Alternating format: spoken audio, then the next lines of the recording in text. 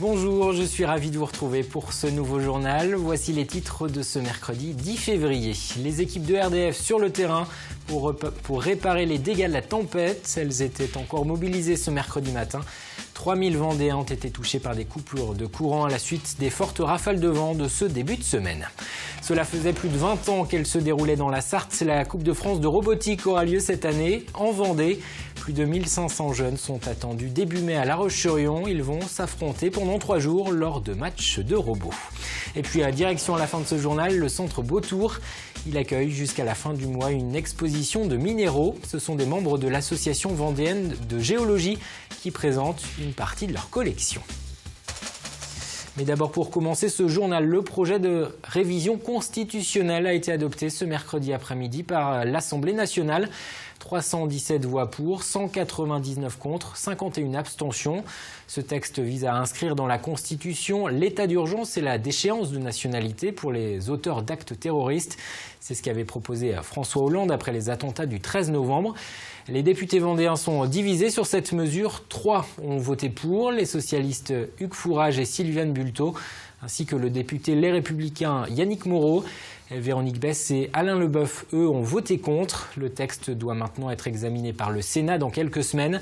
Sénateurs et députés doivent tomber d'accord avant de se réunir en congrès à Versailles. Il faudra alors 3/5 des voix pour que cette réforme constitutionnelle soit adoptée de manière définitive. Retour à un temps plus calme sur la Vendée. Après 2 jours en alerte orange, Météo France a levé sa vigilance pour risque de vagues et de submersion et pour vent violent. La tempête Susanna a fait ce mardi très peu de dégâts dans le département. Elle a provoqué tout de même quelques coupures d'électricité. Au total, 17 000 foyers ont été touchés dans la région, environ 800 dans le département. Les équipes de RDF étaient encore mobilisées ce mercredi matin pour rétablir le courant. Pierre Dalicieux est allé les retrouver du côté de Bouin. Reportage. Il y a des endroits où même les véhicules tout-terrain ne vont pas. Ici, ces agents se préparent à intervenir au milieu d'un pré sur cette ligne de 20 000 volts endommagée par la tempête. Mais comme dans la plupart des cas, ça n'est pas le vent directement qui fait de la casse, mais des éléments environnants comme des branches d'arbres ou des projectiles. A priori, ce qu'on a vu sur cette ligne, c'est qu'il y a dû y avoir une tôle qui a volé dans les fils électriques. Et les conducteurs ont été rompus par le court-circuit, et ce qui a amené en fait à tordre les armements. Donc il faut maintenant qu'on les change. Les armements, ce sont ces pièces métalliques qu'il faut changer rapidement.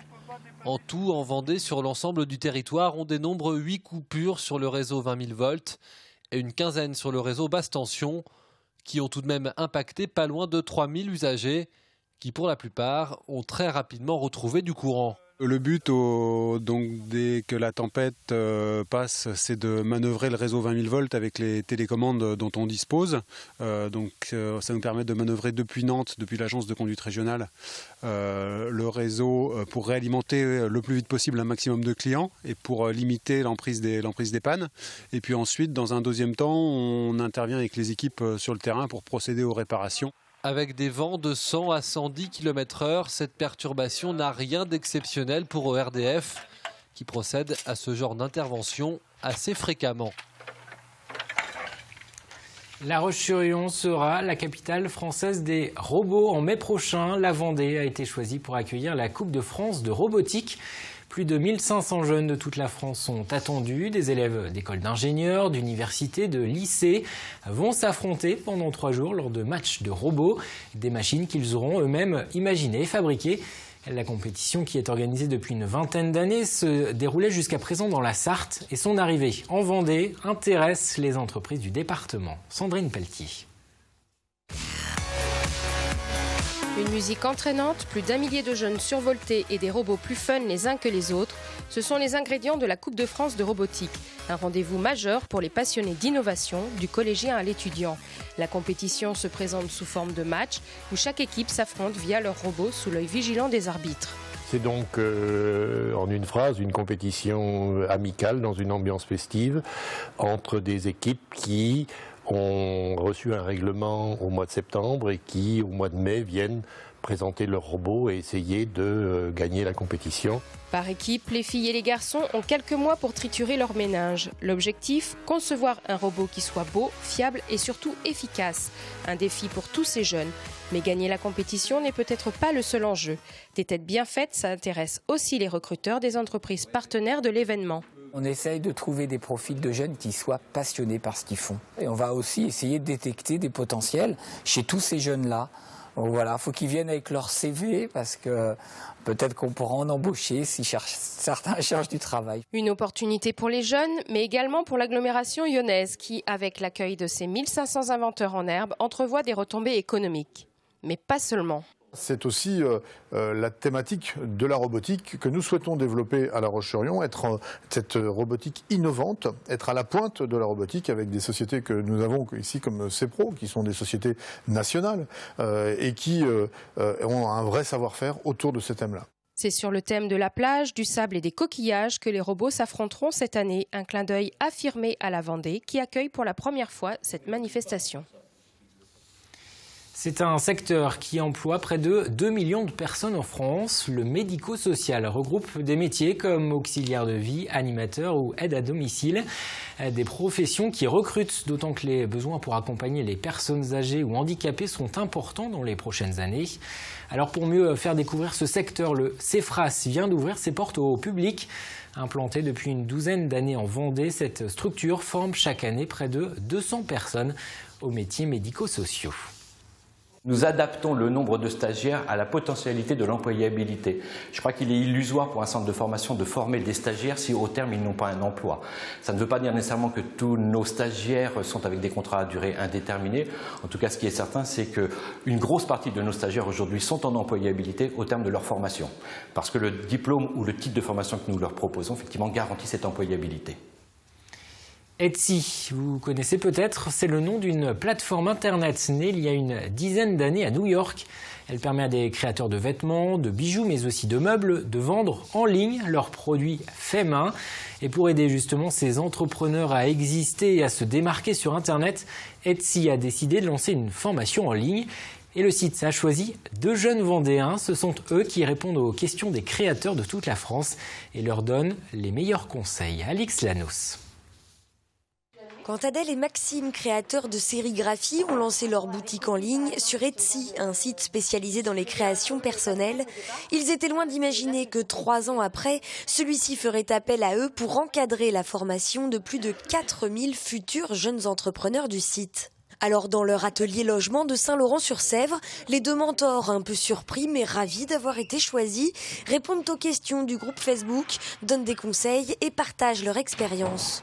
Ci-dessous, une fiche produit qui a eu 0 visite. Donc voilà, ça c'est le souci, il y a 0 visite sur une fiche. Il s'agit d'un poster personnalisé à imprimer. Est-ce que vous pouvez m'aider à trouver pourquoi ? C'est toujours chouette de suivre un projet. Là, certaines commencent juste à ouvrir leur boutique et c'est hyper intéressant. Et essayer d'aider, de donner des petits conseils. Par exemple, la semaine dernière, c'était sur la photo. Et parler un peu de la lumière, donner des petits conseils. Ça me plaît beaucoup. Référencement, photographie, marketing. Chez Etsy, le programme de formation de 4 semaines a fait ses preuves.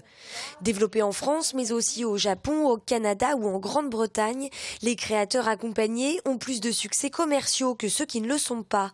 Il faut dire que dans le domaine, il est facile de se lancer, un peu moins de durée. C'est simple, mais à la fois c'est compliqué si on veut en vivre. C'est très simple, Internet, d'ouvrir une boutique, mais c'est compliqué de l'alimenter, de savoir comment la gérer, comment dans le temps elle va tenir et comment elle va évoluer. Ça, c'est ça qui est le plus compliqué. Mettre en valeur leurs produits, taguer les bons mots-clés. Adèle et Maxime sont aujourd'hui rompus à l'exercice. S'ils continuent évidemment de vendre en ligne, le duo de créateurs fourmille de projets et risque bien de continuer à se faire remarquer. Et on reste dans le monde du numérique avec les bibliothèques du département qui sont désormais accessibles sur Internet. L'objectif affiché, c'est d'accompagner les nouvelles habitudes des lecteurs. Un nouveau portail web vient d'être lancé. Il permet de consulter en ligne ou de télécharger près de 2800 livres, mais aussi des vidéos. La condition, c'est d'être inscrit dans une des 216 bibliothèques du département qui fait partie du réseau. Un accès gratuit qui permet à ces usagers des bibliothèques d'avoir accès à une plateforme de ressources numériques, des livres numériques, de la musique, du cinéma sous forme de VOD, donc en téléchargement, des supports de ce qu'on appelle l'auto-formation, c'est-à-dire des cours de langue, des cours de bureautique, des cours de code de la route, ce qui est très apprécié, et également une offre d'information avec un accès à 800 titres de la presse hebdomadaire, mensuels ou même certains quotidiens. Et puis les lecteurs sont parfois encore un peu trop jeunes pour pouvoir lire sur une tablette ou sur un ordinateur. Le livre papier reste donc indispensable. La littérature jeunesse est d'ailleurs un des secteurs de l'édition les plus dynamiques. Entre 80 et 90 millions d'exemplaires de livres pour enfants se vendent chaque année en France. Et parmi les milliers de nouveautés, difficile parfois de s'y retrouver, le Centre de recherche et d'information sur la littérature jeunesse de Vendée propose tous les ans sa sélection de contes, de poésie ou de bandes dessinées. Il vient d'éditer sa 10e brochure, des coups de cœur sélectionnés selon des critères précis. La qualité de l'album ou du roman, donc l'originalité du texte, du thème, par rapport aux illustrations, que les illustrations et les textes se complètent et s'enrichissent. Et voilà, on essaye de faire émerger des choses qu'on ne voit pas tout le temps, qui sont nouvelles. Je vous propose maintenant de partir pour le centre Beautour de La Roche-sur-Yon. Il accueille jusqu'à la fin de ce mois de février une exposition minéralogique. 5 membres de l'association vendéenne de géologie présentent une partie de leur collection, 570 échantillons de minéraux provenant du département, mais aussi d'autres régions françaises et de pays comme le Brésil, le Pérou ou la Chine. Grégoire de Châtillon est allé à la rencontre de ces collectionneurs, de véritables passionnés. Oui, mais quand vous dites ça à d'autres collectionneurs, ils savent d'où ça va. Ils sont collectionneurs de minéraux depuis au moins 40 ans. Ils font partie du noyau dur de l'association vendéenne de géologie, des passionnés à qui l'on doit cette exposition. Le départ de la collection il y a 40 ans, ça fut par rapport à une trouvaille chez un ami qui a fait tilt quand je l'ai découvert. Cette trouvaille, c'était ce genre de minéral. C'était pas cette pièce, mais une identique. Et disons que le dimanche suivant, j'étais sur place pour chercher mes premiers minéraux. Gérard, à gauche, lui, est passionné par la géométrie de ces minéraux. Voici un cube de pyrite. Il est naturel. Il n'a pas été fabriqué par l'homme, c'est la nature elle-même qui s'en est chargée. Voilà un deuxième cristal, je pose le premier. Un cristal de quartz. Il est fait d'un prisme, ce qui est droit là, d'un prisme hexagonal, 6 faces. Il est surmonté d'une pyramide qui, elle aussi, a 6 faces. On se dit, l'homme est intervenu pour les façonner. Non, non. 70 espèces minérales pour 570 échantillons exposés, de la Vendée en passant par tous les continents. Le collectionneur ne s'arrête jamais.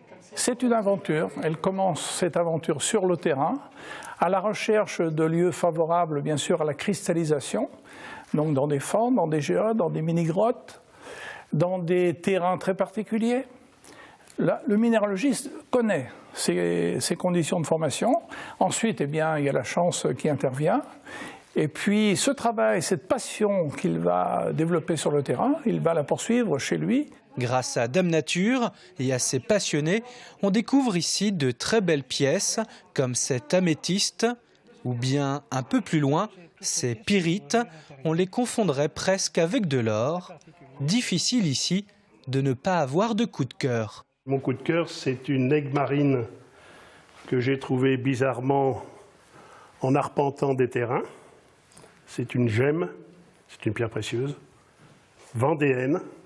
C'est pour ça que j'en suis fier. Elles sont très très rares, même en France. Diversité de formes, de couleurs, d'origine géologique. L'univers des minéraux est fascinant. En venant découvrir ces joyaux du sous-sol de la planète, vous deviendrez peut-être, vous aussi, bientôt un collectionneur. C'est le directeur général du Festival international du film de La Roche-sur-Yon, Paolo Moretti, est l'invité cette semaine de Sans détour. Dans la voiture d'Hervé Leroc, il reviendra sur ses origines italiennes et sur sa passion pour le cinéma. L'émission sera retrouvée sur TV Vendée ce jeudi vers 19h. Et puis le Mageco, lui, parlera d'un secteur d'activité souvent méconnu. Il est consacré cette semaine à la sablière Palvado à Saint-Christophe-du-Ligneron. 300 000 tonnes de sable et de granulats sont extraits chaque année pour les entreprises du bâtiment, mais aussi les particuliers. Émission à retrouver également ce jeudi à partir de 20h15. Avant de refermer ce journal, un mot de la météo, alternance de nuages et d'éclaircies, et puis des averses principalement dans l'après-midi. Les températures 1 à 7 degrés au lever du jour, 8 à 10 au meilleur de la journée. Le détail des prévisions, c'est dans un instant avec Armel Pavageau. On se quitte en images. Nouvelle période cette semaine de grande marée avec un coefficient ce mercredi de 108. Ce sera le plus important de la semaine. La mer s'est donc retirée assez loin. Exemple avec ces images tournées à la mi-journée du côté de Boin. Je vous donne rendez-vous demain pour un nouveau journal.